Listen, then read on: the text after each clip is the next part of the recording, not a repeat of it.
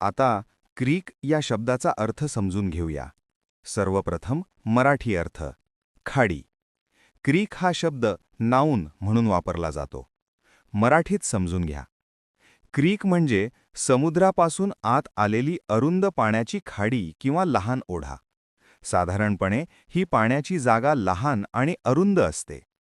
English meaning: a small narrow stream or a small inlet of the sea.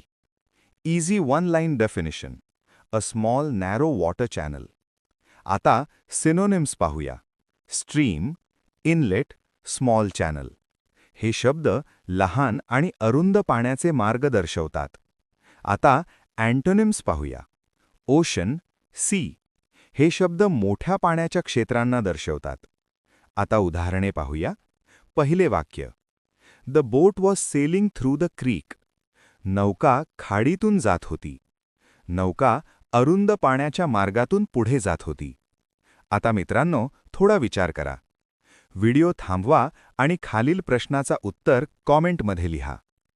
What does creek mean? A large ocean? A small narrow water channel? A tall mountain? A dry desert? तुम्हाला इंग्रजी मोफत आणि सोप्या पद्धतीने सुधारायचे आहे का?